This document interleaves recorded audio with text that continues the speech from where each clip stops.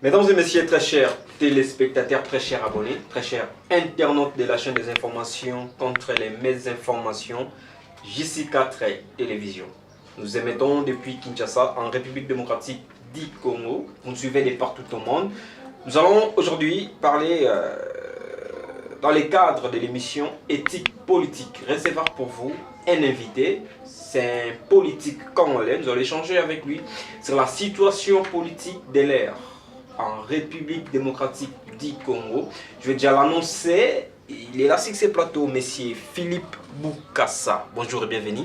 Bonjour monsieur Jean Crespin, bonjour aussi à tous les téléspectateurs qui nous regardent depuis leur poste téléviseur en ce moment. Il est vrai que ça fait un bout de temps que je n'ai pas reçu votre invitation et je vous assure que déjà on nous posait déjà la question, mais est-ce que tout ça problème là, monsieur Crespin, ici, mais je n'ai aucun problème, il faudrait appeler les DG pour lui supplier pour que atteigne la invitation. Et lorsque j'ai vu votre invitation hier, j'étais émerveillé et merci beaucoup. Oui, nous avons reçu des messages de partout parce que vous êtes un habitué de ces plateaux.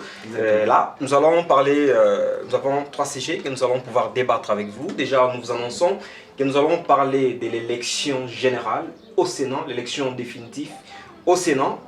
Bientôt là, c'était depuis avant-hier que le bureau définitif du Sénat est connu. Nous allons également parler de la réduction des prix de quelques produits de première nécessité comme annoncé par le vice-premier ministre de l'économie nationale, le professeur Moukoko Samba Daniel. Nous allons aussi parler de la situation des conseils communaux depuis qu'ils ont été élus. Nous allons comprendre est-ce qu'ils ont été installés, est-ce qu'ils ont commencé leur travail. C'est avec les 3 sujets que nous allons pouvoir échanger aujourd'hui avec notre invité. Des primes abord, nous allons d'abord comprendre, M. Philippe Boukassa, hier à l'Union Sacrée, aujourd'hui, on pourra dire que vous êtes toujours à l'Union Sacrée ou soit vous avez changé de camp. Non, je pense que M. Jean Crespin, la force d'un politique, c'est de pouvoir assumer ses positions pour pouvoir mener à bien son combat. Et vous l'avez très bien déterminé, hier j'étais à l'Union Sacrée et aujourd'hui j'annonce officiellement sur votre plateau que je ne suis plus membre de l'Union Sacrée et je compte désormais faire une opposition républicaine, une opposition dont nous allons commencer à proposer des idées et non faire l'opposition comme toute autre personne. L'opposition républicaine selon notre loi mère, notre loi fondamentale qui est la Constitution, est-ce qu'elle existe vraiment ici au Congo? Bon, écoutez, si elle n'existait pas, je pense que... C'est pas une façon de se cacher, comme si vous étiez comme si, comme ça, comme si vous êtes dans l'opposition, comme si... Ouais. Bon, écoutez, monsieur Jean Crespin, si elle n'existait pas autrefois, je pense que peut-être avec nous, et peut-être, je ne sais pas la certitude, mais je peux peut-être vous certifier qu'avec nous, la vraie opposition va se mener parce que nous sommes jeunes, nous avons un idéal que nous devons poursuivre parce que notre dénominateur commun, en effet, c'est la République. Et dans tout, la République doit primer et doit gagner. Vous êtes acteur politique, bien sûr, de notre pays. Et comment est-ce que vous pouvez déjà dessiner la situation politique de l'heure dans notre pays? La situation va très mal. C'est comme cette femme qui souffre du douleur d'enfantement, mais 9 mois elle est qui, la maman n'aimait pas au monde. Et à un moment donné, on va se poser la question, soit c'est la sorcellerie, soit Ezabanoko, mais je pense que la responsabilité vient de nous-mêmes parce que moi je pense que nous nous sommes laissés berner par des paroles, par des discours, au lieu de viser plutôt l'objectif et d'être rationnel dans nos choix des animateurs de nos institutions. Bon, après sa réélection, bien sûr, le président de la République, Félix Antoine Tshisekedi, il a été réélu. Il a été élu massivement avec plus de 70%. Il a été élu. Après sa réélection, déjà, bientôt là, nous sommes à 8 mois déjà. Il venait déjà de faire une sortie médiatique en Belgique où il demandait aux Congolais de ne plus le juger pour le moment, d'attendre au moins la fin de son 2e quinquennat. Oui, mais vous pensez que le chef de l'État a raison de dire ça? Ou soit il est redevable devant la population Mais congolaise. Jean Crespin, c'est d'ailleurs cette interview qui a conforté encore mon choix de faire l'opposition parce que je me suis rendu compte que M. Tshisekedi, moi je l'appelle souvent affectueusement Papa Tshisekedi, Papa Tshisekedi n'arrive pas à gérer bien parce que il a montré son incompétence dans tous les domaines et je pense qu'il ne doit pas se bomber les torses. À sa place, je jetterai l'éponge, je vais démissionner et il sortira par la grande porte de l'histoire. Donc normalement, il devrait assumer. C'est comme s'il n'assumait pas alors ses responsabilités. Parce qu'on a toujours dit que les chefs ne peuvent pas se plaindre. Est-ce qu'il se plaint trop ou comment? Exactement. Voilà pourquoi j'ai dit que M. Tshisekedi ne sait pas en tout cas le rôle qu'il doit jouer. Parce que s'il doit se victimiser tout le temps pendant qu'on le met devant ses responsabilités, moi je pense que ce n'est pas ça être chef de l'État. Parce que lorsqu'on arrive au pouvoir, c'est-à-dire on a déjà réfléchi sur les problèmes du pays. Ils ont été dans l'opposition pendant Exactement. 37 ans, plus de 37 ans d'ailleurs. Exactement, c'est-à-dire nous avons réfléchi sur les problèmes du pays et nous avons reformulé des résolutions pour lesquelles, lorsque nous serons demain au pouvoir, nous allons apporter ces pouvoirs.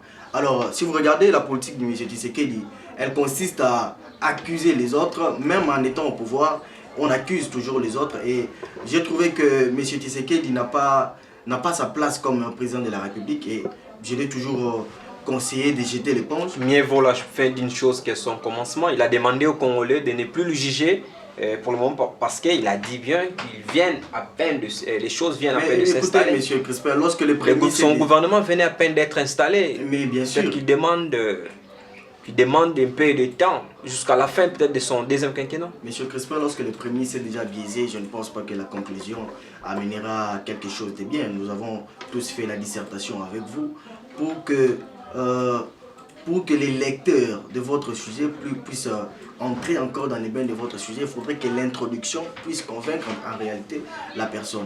Et lorsque nous voyons la démarche qu'a entreprise M. Tshisekedi, nous... Monsieur le Président. Monsieur le Président Tshisekedi, parce qu'il faudrait le reconnaître. Monsieur le Président Tshisekedi montre à suffisance qu'il n'a pas, en tout cas, les compétences nécessaires pour pouvoir assurer la charge de la présidence. Avec vous, j'avais tenu une émission dans laquelle je vous disais que ce mandat constitue pour Félix Tshisekedi, en tout cas, un piège pour la population parce que il a assez crié dans les mandats passés que les FCC lui mettaient du coq à la jambe. Et nous lui avons donné tout. Moi, je suis témoin. Dans mon quartier, la population, le peuple est sorti jusqu'à 1h, 2h pour aller voter M. Tshisekedi. Aujourd'hui, la population regrette amèrement parce qu'on vient encore de réaliser une fois de plus que M. Tshisekedi n'a pas les compétences nécessaires pour pouvoir assurer en tout cas les développements ou soit poser des fondements pour que les prédécesseurs, celui qui viendra, ou les successeurs, excusez, les successeurs qui viendra puissent amener en tout cas les pays vers son développement tant désiré.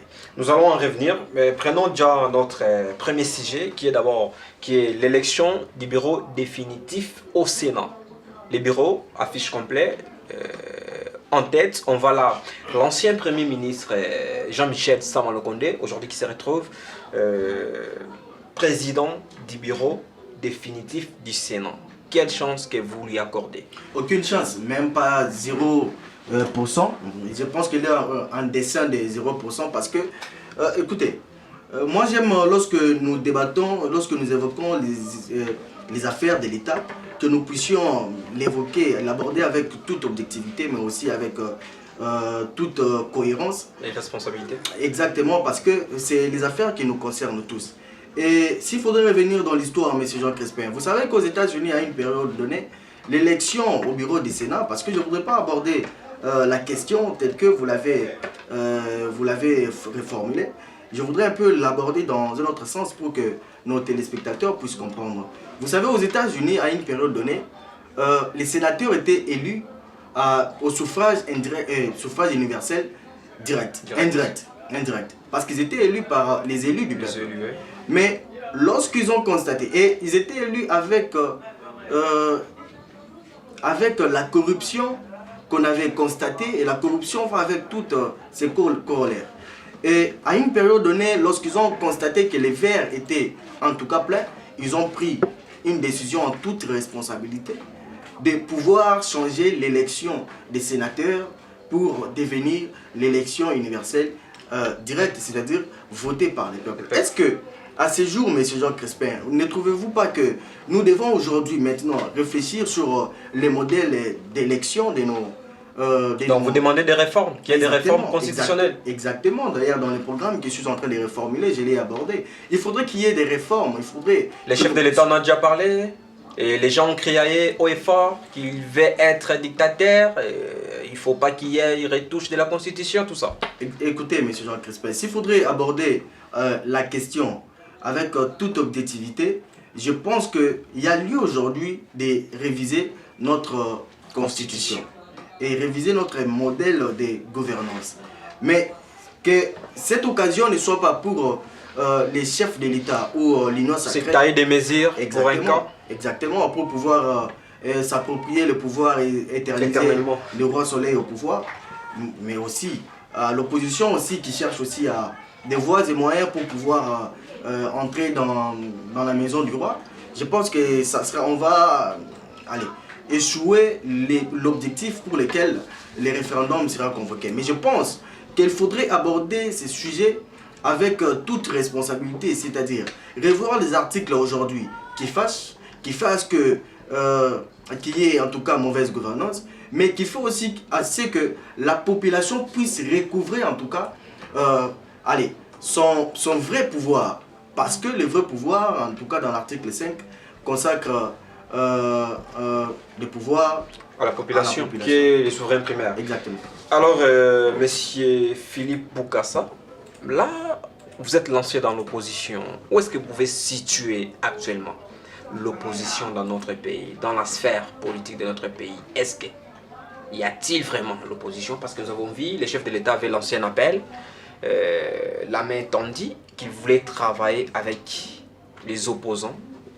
Est-ce que ça doit être une sorte, je ne sais pas moi, l'opposition actuellement? Est-ce qu'elle a vraiment sa place? Parce qu'on a connu hier l'opposant Martin Fayoulou, qui faisait quand même bouger le régime.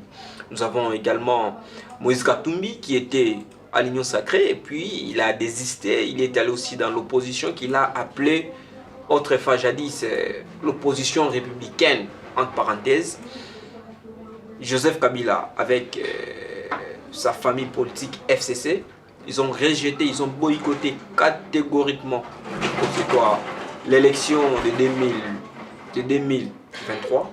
Est-ce que actuellement, où est-ce que vous pouvez placer l'opposition ici en République démocratique du Congo? Est-ce qu'il y a vraiment une opposition ou soit on doit maintenant donner raison au président de la République qui a dit autrefois qu'il y a une opposition, il y a pété? Écoutez, nous venons dans l'opposition, nous trouvons une opposition fragilisée, une opposition égoïste, une opposition dans laquelle la population ne se retrouve pas parce que chacun étant pris dans l'intérêt personnel, des intérêts privés, je peux le dire comme ça. Mais je pense que à ce jour, nous devons, nous jeunes, nous réveiller, tout en sachant que nous sommes l'avenir de demain. Nous sommes aussi les portes éternelles de notre pays. Et je pense que nous allons y réfléchir ensemble avec plusieurs leaders parce que je n'ai pas encore adhéré dans un parti politique et je compte encore observer, mener mon combat tel que je l'ai reformulé et voir dans la mesure du possible comment nous allons toujours aider notre pays. En voyant le bureau actuel du Sénat, qui a été élu récemment, c'était le samedi si je ne me trompe pas, déjà nous voyons M. Jean-Michel Sama-Lukonde qui a été Premier ministre, que vous n'avez accordé aucune chance au Sénat. En voyant déjà le bureau actuel du Sénat, lui en tête, il est là, secondé par les deux vice-présidents. Je vois ici, surtout si je vais marteler sur, l'actuel deuxième vice-président qui a été aussi le président du Sénat, le professeur Bati Lukwebo. est-ce que vous pensez que les dauphins, déjà constitutionnels du président de la République, pourraient être les dauphins politiques du chef de l'État après son deuxième quinquennat, qui est M. Jean-Michel Sama? Parce que on suppose, selon les informations à notre disposition, selon les informations qui ont été affirmées par les députés nationaux et les Tamboué, il a affirmé haut et fort que Jean-Michel Sama Lokonde était le candidat choisi par lui-même, le président de la République. Hormis être donc son dauphin constitutionnel, est-ce que vous voyez qu'il pourra aussi être son dauphin politique après son deuxième quinquennat? Mais déjà, lorsqu'on est dauphin constitutionnel, c'est aussi dauphin politique. Mais tel que je l'ai dit, je ne donne aucune chance à ces bureaux parce que rien de bon ne va sortir de ces bureaux. Vous savez, M. Jean Mankonde a été Premier ministre dans ces pays. Et nous avons vu la gestion calamiteuse qu'il a d'ailleurs caractérisée. Nous l'avons vu, nous avons vu la gestion de M. Bahati Lukwebo au bureau des Sénats législatifs passés. Et aujourd'hui, c'est ces mêmes personnes qui retournent. Moi, je voudrais dire que c'est de notre faute parce que c'est le péché originel. Voilà pourquoi je voudrais d'ailleurs, j'avais proposé d'ailleurs pour qu'on puisse changer le mode d'élection de nos sénateurs. Parce que quel type de sénateurs nous retrouvons là-bas au Sénat? Mais ce sont des gens qui... Ils sont les sages. Bien sûr, mais le Sénat est considéré comme la chambre haute, la chambre des sages. Mais qui parle des sages parle de l'intégrité, parle de la responsabilité. Mais est-ce qu'on peut parler des responsabilités lorsque vous vous êtes fait élire en donnant aux députés quelque chose? Est-ce qu'on peut parler des responsabilités, de l'intégrité? Lorsque nous avons vu les députés des DUDPS recevoir... Vous ne pouvez pas acquiser sans qu'il y ait de preuves quand même. Mais Apparemment, écoutez, vous êtes en train d'acquiser sans preuve. Écoutez, nous avons vu M. Augustin Kabouya. Non, il ne faut pas citer les noms. Il faut pas citer les noms. Non, mais c'est les faits. C'est les au faits, moins, monsieur. Ce sont les Je porte faits. la responsabilité. Je porte la responsabilité en tant que politique. C'est les faits que nous avons. Il n'y a pas de faits ici. Peut-être ce sont vos commentaires. Parce qu'on dit les faits sont sacrés. Jusque-là, moi personnellement, je n'ai jamais vu là où M. Augustin Kabouya remettait, je ne sais pas moi, des billets de banque. Mais sinon, peut-être vous pouvez commenter. Parce que les commentaires, on a toujours dit, les faits sont sacrés. Les commentaires sont libres. Oui, vous pouvez commenter. Je porte la responsabilité de mes preuves. Il ne faut pas dire que ce sont des faits. Il n'y a pas de preuves. Vous pouvez commenter. Nous avons suivi sur la toile M. Augustin Kabouya, secrétaire général de l'Union pour la démocratie et le progrès social, dire devant sa base que donner aux députés la voiture, ceux qui n'en avaient pas, n'est pas un péché. Là, c'est le propos de M. Augustin Kabouya. Les vidéos existent.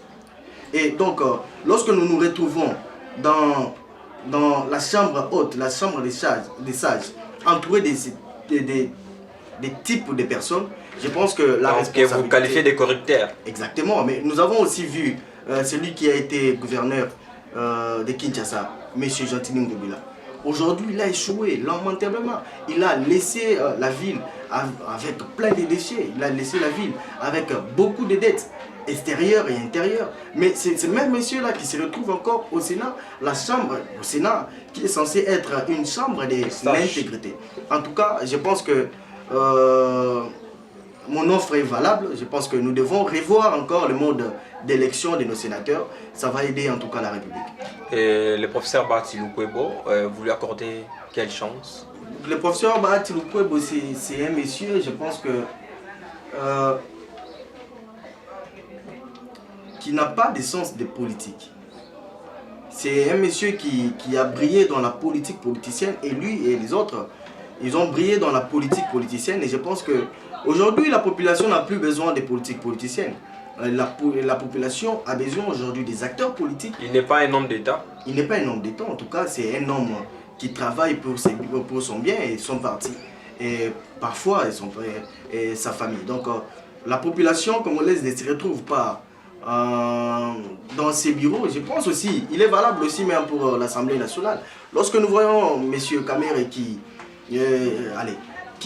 voyage avec un budget estimé à 1 million de dollars et il se bombe la poitrine pour dire que c'est quelque chose qui est normal. Je pense que nous devons nous interroger sur les personnalités politiques que nous retrouvons, que nous avons autrefois encensées. Voilà, mesdames et messieurs, nous sommes en train là d'avancer avec notre émission. Déjà, Nous allons prendre notre deuxième sujet où nous allons parler de la réduction des prix des quelques produits de première nécessité qui a été déjà annoncée par le vice-premier ministre, ministre de l'économie nationale, le professeur Daniel Moukoko. Monsieur Philippe Boukassa, le vice-premier ministre, il a annoncé devant, était sur la chaîne nationale, que le gouvernement était en train de travailler pour pouvoir voir comment réduire le prix de quelques produits. Ils ont d'ailleurs énuméré 9 produits que je cite. Il y a de l'huile végétale, il y a du riz, il y a des poissons salés, des poissons ou soit des Thomson qu'on appelle communément. Il y a quelques produits qui sont énumérés. 9, il y a de la viande. Est-ce que vous pensez que cela pourrait être faisable? Parce que déjà, à la fin de l'année, ils ont annoncé que le poisson allait, que le prix du poisson allait, qu'il devait y avoir une réduction sur le prix des poissons sur les marchés, mais chose qui n'a pas été faite. Est-ce que vous pensez qu'avec cette annonce du vice-premier ministre, ministre de l'économie, est-ce que cette fois-ci, les Congolais peuvent leur faire confiance? Écoutez, ce sont des mesures, je voudrais dire des mesures populistes, mais qui sont sans effet. Parce que ce n'est pas ça ce qu'a besoin la population. Moi, je pense que ces mesures, ce sont valables. Bien sûr qu'il faudrait, ce sont des mesures discutables. Je pense qu'à long terme, il faudrait mettre en place une politique structurelle. À long terme, à court terme, à moyen et à long terme. Alors, je pense que nous avons, le président de la République d'ailleurs l'a toujours dit, il faudrait il faudrait une revanche du sol sur le sous-sol. C'est-à-dire, il faudrait maintenant mettre l'accent sur l'agriculture. Mais c'est depuis le gouvernement passé, M. Vital Kamerhe nous avait dit que chaque province, l'État central va disponibiliser des terres dans toutes les provinces. Et au bout de 6 mois, l'État va commencer, les Congolais va commencer à produire, à consommer les biens que nous avons produits. Et je vous assure que l'argent a été sorti, selon nos sources, l'argent a été sorti. Mais aujourd'hui encore, les mêmes problèmes persistent encore. Et nous voyons l'actuel ministre de l'économie revient encore avec ces mêmes problèmes. Moi, je pense que nous devons adopter cette stratégie, disponibiliser des terres dans chaque province et produire tous ces produits que nous avons identifiés, que nous importons. Et au fur et à mesure que nous produisons ici, l'État alors va augmenter les taxes sur ces produits, ce qui va faire que les commerçants seront alors dans la possibilité ou soit dans l'impossibilité de venir racheter que les produits que nous produisons en interne, et ça va faire que les recettes internes puissent augmenter, s'il faudrait les dire comme ça. Mais je pense que le gouvernement sait pourquoi ils ont fait, surtout mon professeur Moukoko Samba que je salue, et c'est pourquoi ils ont fait, mais je pense qu'on va continuer dans les schémas des Vital Kamerhe. Mais vous pensez que le professeur Daniel Moukoko, il a fait preuve d'une bonne gouvernance, allais-je dire, dans les gouvernements Matata. À l'époque, il était ministre des budgets, si je ne me trompe pas. Est-ce qu'avec sa politique qu'il a mis en place, est-ce que vous pensez qu'il pourra réussir, la politique va échouer dans la mesure où la décentralisation n'est pas respectée dans la gouvernance de nos dirigeants. C'est-à-dire quoi? La Constitution consacre dans son article 3 la libre administration des provinces. C'était pour pouvoir développer nos provinces et nos entités territoriales. Est-ce que la rétrocession n'est pas respectée? Moi, je ne sais pas, je ne suis pas dans les secrets de Dieu, je ne suis pas non plus dans le gouvernement. Mais je pense que pour pouvoir réussir à cette mission, je pense que ça ne doit pas être quelque chose que le gouvernement central va eux-mêmes vont porter. Je pense qu'il faudrait associer les entités locales. Je pense qu'il faudrait associer les entités décentralisées. Exactement. Parce que Finalement, la politique, les mesures prises par le gouvernement central doivent avoir de l'impact direct sur la population. Et pour que ça puisse avoir l'impact direct sur la population, il faudrait ainsi associer les entités locales. Voilà, comme on venait là de le dire, nous allons surtout demander au gouvernement national de bien pouvoir respecter surtout la décentralisation. Il faudrait que les provinces, la rétrocession des 40% puisse être respectée, que les provinces quand même, ou soit des entités territoriales décentralisées, puissent quand même avoir de l'indépendance, qu'ils arrivent quand même aussi avoir un pouvoir sur leur entité territoriale. Ça ferait à ce que toutes ces mesures mises en place par le ministre de l'économie puissent quand même aboutir. Voilà, monsieur Philippe Boukassa. Nous allons ici également essayer un peu de comprendre, est-ce que la population congolaise, aujourd'hui, on a toujours dit, ventre enfamé n'a point d'oreille. La population attend surtout de ces gouvernements, d'abord, l'amélioration du panier de la ménagère, ou soit il faudrait voir d'autres secteurs. Écoutez, je pense que depuis toujours, nous reformulons des discours selon lesquels nous devons diversifier l'économie. Je suis d'accord qu'il faudrait reformuler et qu'il faudrait diversifier l'économie. Mais pour pouvoir diversifier l'économie, il faudrait le faire dans un climat sain en tout cas. Vous voyez, aujourd'hui, il y a des détournements de fonds. Nous écoutons ça et là qu'il y a eu détournement de 500 millions de dollars par l'ancien ministre des Finances.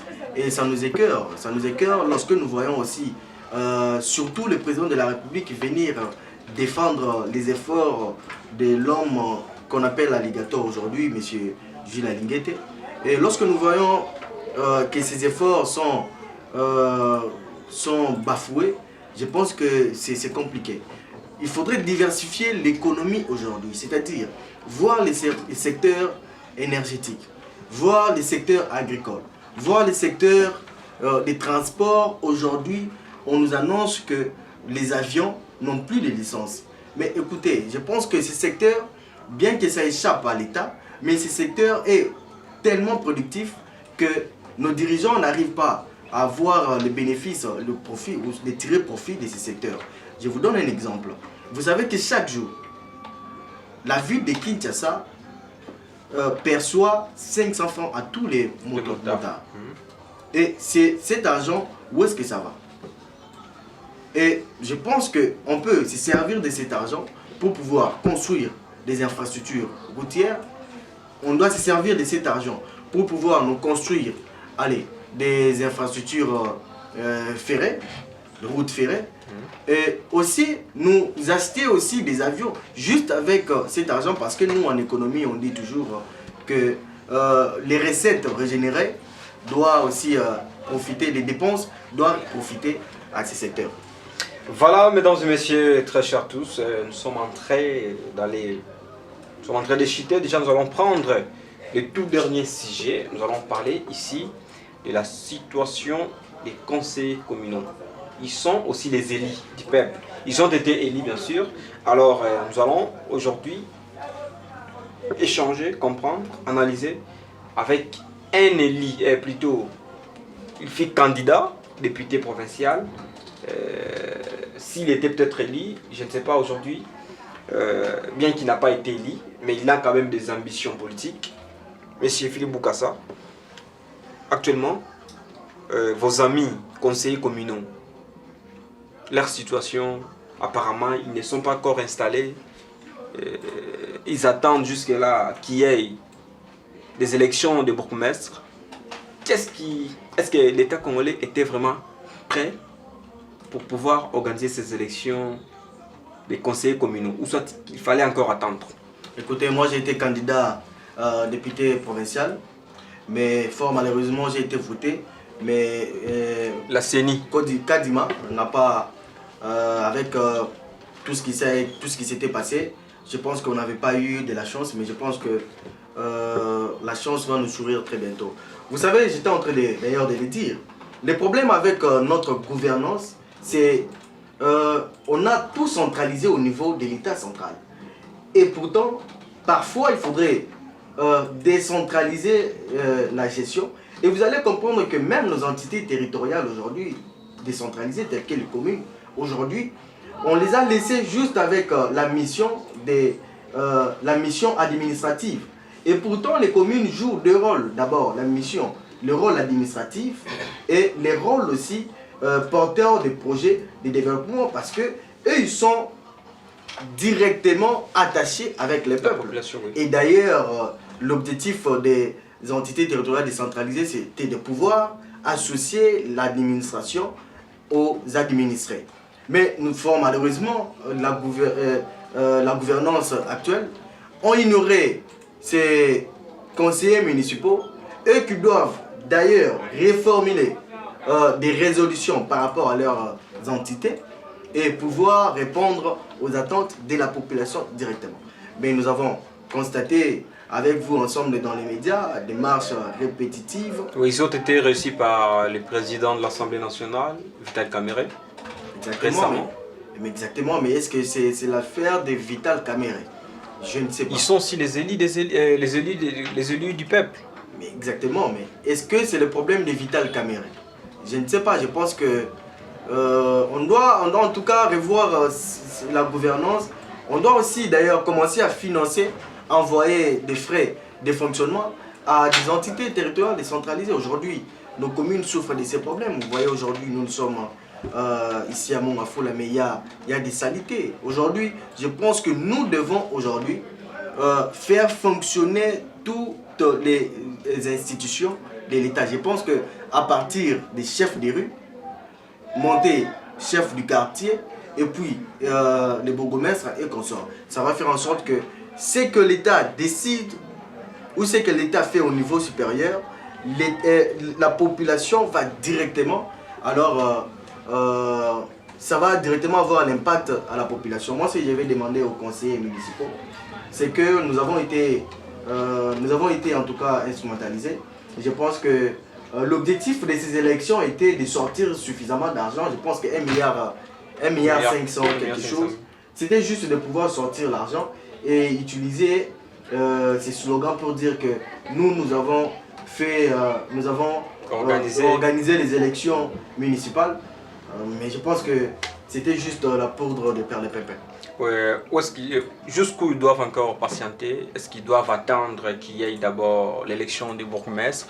Ou soit ils peuvent être installés et commencer aussi à travailler? Mais je pense que là, il faudrait l'implication directe des chefs de l'État. Parce que je pense que c'est sa politique. Mais comme Félix Tshisekedi, monsieur Félix Tshisekedi, a brillé encore dans l'incompétence, je pense que Monsieur le président Félix Tshisekedi, il a brillé encore dans l'incompétence. Et puis voilà. J'avais oublié autre chose, monsieur Jean Crespin. Vous savez... Vous traitez le président de l'incompétent. Bien sûr, l'incompétence dont je parle, c'est sur... Il est chef de l'État, il est le garant des bons fonctionnements des institutions. Donc lorsqu'il est garant des bons fonctionnements des institutions, vous ne pouvez pas le juger d'incompétent. Surtout si il est incompétent, il ne pouvait pas être réélu avec plus de 70%. Monsieur Jean Crespin, l'incompétence dont j'ai fait allusion, c'est au niveau des savoir-faire. Je ne parle pas de l'individu Tshisekedi, je parle du président Tshisekedi. Il a brillé dans l'incompétence, dans la gestion de la chose publique. Il vous a demandé de ne plus le juger pour le moment parce que les choses viennent à peine de s'installer. Il vous a demandé donc de ne plus le juger pour le moment. Donc vous allez le juger à la fin de son deuxième... Mais ça fait 6 ans que M. Tshisekedi est au pouvoir. Et les moments, quel est ce moment-là que nous devons les juger? Je me demande quel est ce moment que nous devons les juger. Lui-même, il a choisi M. Sama Lukonde qui a échoué comme Premier ministre. Il a choisi comme son dauphin institutionnel, constitutionnel et politique. Et non, politique, le degré politique n'est pas encore connu. Ça pourrait être, je ne sais pas, peut-être les secrétaires généraux AK 43. Il s'appelle comme ça? Monsieur Jean Crespin, non, je ne parle pas des individus. Peut-être que c'est lui qui sera peut-être son dauphin politique. Moi, je ne parle pas des individus, je vais parler de la gouvernance et du régime. Ouais. Écoutez, j'étais abasourdi lorsque j'étais devant mon poste téléviseur. Je suis les informations, on dit, du président de la République, car j'étais son dévolu sur M. Sam Alkone. Là, j'étais sur ma télévision, je me disais, mais écoutez, Montesquieu était en train de se retourner dans sa tombe. Montesquieu, dans sa tombe, était en train de gémir. Montesquieu, dans sa tombe, en tout cas, était en train de crier. Mais qui pouvait l'attendre? Parce qu'il est déjà décidé, parce que lui, il nous a annoncé le principe de séparation de pouvoir, c'est-à-dire le pouvoir exécutif, dont fait partie le président de la République, le pouvoir législatif, qui est là pour le contrôle et contrôler et le président de la République. Il y a aussi le pouvoir judiciaire qui sont là pour recadrer le président de la République lorsqu'il y a des infractions telles que la haute trahison. Mais lorsque la personne qui est censée contrôler la gestion de M. Tshisekedi est sur les mamelles de lui-même, le roi Soleil, alors je pense que Montesquieu, tel que je le disais, est en train de crier dans sa tombe. Mais qui peut l'attendre à ce moment? M. Jean Crespin, je pense que ce gouvernement, ce régime a brillé dans l'incompétence et il faudrait prendre des mesures drastiques pour pouvoir prendre la nouvelle relève. Et ces mesures-là, vous pensez qu'aujourd'hui, est-ce que l'opposition, je vous ai posé cette question, est-ce que l'opposition actuellement, elle existe? Il y a des jeunes qui montent au créneau pour dénoncer. Je cite, pour ne pas citer les noms, je ne sais pas si je dois citer les noms. Le ministre de la Justice? Je cite le ministre de la Justice qui fait la différence. Je cite le ministre de l'Énergie aujourd'hui qui est en train de faire la différence. Mais je cite aussi parce que tout le monde n'est pas diable. Je cite aussi le ministre des Finances aujourd'hui qui est en train d'assainir les finances publiques de l'État. Mais je pense qu'il faudrait encourager de telles personnes. Mais il faudrait aussi dire que, parce que l'opposition que nous voulons aujourd'hui faire n'est pas cette opposition qui consiste à toujours critiquer ou faire voir les côtés négatifs, mais il faudrait aussi relever le côté positif, tel que l'assainissement de la bonne gouvernance, l'assainissement des finances publiques, mais aussi l'assainissement de la justice. Pourquoi pas, oui, les traitements donc, de la justice qui, l'autre fois, les chefs de l'État avaient qualifié de malades. C'est le même discours que l'actuel ministre de la Justice, Constant Moutamba, tenait lorsqu'il était dans l'opposition. Écoutez, même... Ils ont parlé, selon eux, je ne sais pas moi comme je l'ai dit, est-ce que c'est constitutionnel d'une opposition républicaine? Et aujourd'hui, ils se retrouvent dans les institutions. Est-ce que tous les jeunes doivent emboîter les pas pour pouvoir critiquer? Comme je l'ai dit tantôt, tu es soit dedans, soit dehors, comme ci, comme ça. Est-ce que les jeunes aujourd'hui, c'est une stratégie de pouvoir peut-être bercer les pouvoirs en place? Relèvons un fait. Relèvons un fait, M. Jean Crespin. Là, vous êtes en train, soit vous êtes dans l'opposition, mais entre-temps, vous êtes en train d'encourager quand même les efforts consentis. Exactement. De quelques ministres. Relèvons un fait. Relèvons un fait. Vous savez, la vraie opposition, on l'a fait à l'interne. Vous ne pouvez pas critiquer dès que je viens sur votre plateau aujourd'hui, je dis, Monsieur Tshisekedi... Vous ne pouvez pas seulement critiquer, mais il faudrait aussi proposer quand même des solutions. Exactement, voilà pourquoi Monsieur Moutamba aujourd'hui est en train de proposer des solutions par rapport à son programme, mais ainsi par rapport aussi à ce qu'il avait critiqué hier. Ça montre que la jeunesse aujourd'hui ne fait pas l'opposition telle que nous l'avons vu hier. Mais aujourd'hui, la jeunesse fait l'opposition par rapport à un idéal. Et s'il faudrait venir servir la République, je pense que l'offre ne doit pas être, mais aussi il faudrait garder l'environnement, bien sûr. On ne doit pas incliner cette offre-là. Moi, je remercie. Moi, je félicite beaucoup le ministre Constant Moutamba pour l'assainissement qu'il fait dans l'appareil judiciaire, mais aussi parce que tout n'est pas si rose. Je pense que cette politique des 2 poids 2 mesures, je pense qu'il faudrait aussi les revoir. Aujourd'hui, nous félicitons monsieur le ministre Constant Moutamba Parce qu'aujourd'hui, il a libéré, je pense que 500 détenus injustement. Mais aujourd'hui, le cas de Mike Moukebaye. Qu'est-ce que fait aujourd'hui Mike Moukebaye? Lui, c'est un prisonnier politique. Une année, mais écoutez, l'appareil judiciaire... Il est à la prison sans jugement. L'appareil judiciaire ne peut être instrumentalisé par des politiques. Je pense que si nous devons recouvrer aujourd'hui l'indépendance de l'appareil judiciaire... Il faudrait qu'il n'y ait pas deux poids deux mesures. Exactement. Aujourd'hui, M. Mike Moukebaye a fait une année en train de croupir en prison sans jugement. Ces cas-là, voilà. Voilà, mesdames et messieurs, monsieur le ministre de la Justice, là il faudrait... c'est vrai qu'il est prisonnier politique, mais il a été arrêté, envoyé en prison sans jugement. Jugez-le et puis faites-le. Il faudrait qu'il soit jugé, qu'il soit entendu, qu'il puisse présenter ses moyens de défense. Et s'il sera condamné, là la justice pourra faire son travail. Au cas où il sera peut-être acquitté, il faudrait qu'il soit un homme libre. Voilà, mesdames et messieurs, c'était là notre dernier point. Mais monsieur Philippe Bokassa, le chef de l'État, comme il l'a annoncé lors de sa dernière sortie médiatique en Belgique, il a dit que le remaniement du gouvernement Soumino pourra intervenir d'ici l'année prochaine. Distraction. Est-ce que s'il tendait la main, vous êtes aujourd'hui dans l'opposition, s'il tendait la main pour que vous puissiez l'accompagner, serez-vous prêt ou soit vous allez décliner l'offre?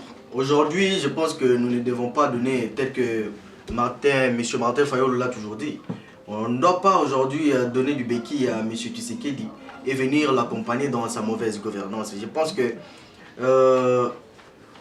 j'ai toujours dit à M. Tshisekedi de démissionner, monsieur, démissionnez. Il n'arrive pas... C'est pas constitutionnel. Non, mais la démission, lorsque tu n'arrives pas à gérer, lorsque tu constates ton incompétence, il faut abandonner. Il doit consommer ses 5 ans. Je suis aujourd'hui... Mais oui, mais écoutez, la responsabilité aujourd'hui voudra que lorsque vous arrivez quelque part et que vous n'arrivez pas à bien gérer, jetez l'éponge. Non, il est encore à 8 mois de son deuxième quinquennat. Écoutez, moi j'ai vu François Hollande en 2000... François Hollande, qui a fait son élection, il a fait son premier mandat. Lorsqu'il a constaté qu'il n'arrivait pas, il a dit, bon, monsieur, je laisse les autres gérer. C'est possible.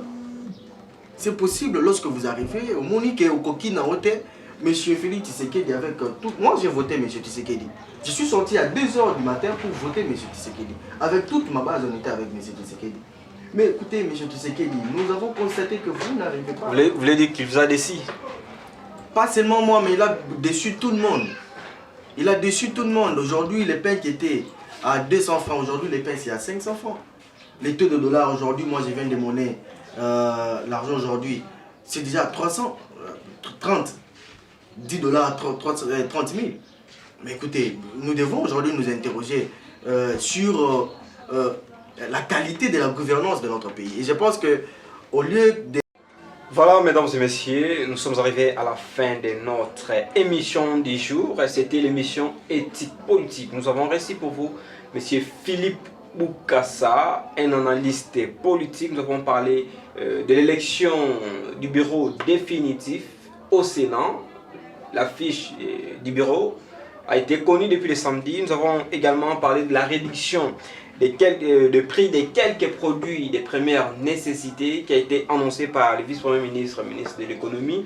Nous allons aussi parler de la situation des conseillers communaux. Alors, mesdames et messieurs, M. Philippe Bokassa, nous sommes arrivés à la fin de notre émission. Vous avez un dernier message à nos téléspectateurs, aussi aux politiques. Je voudrais vous dire merci.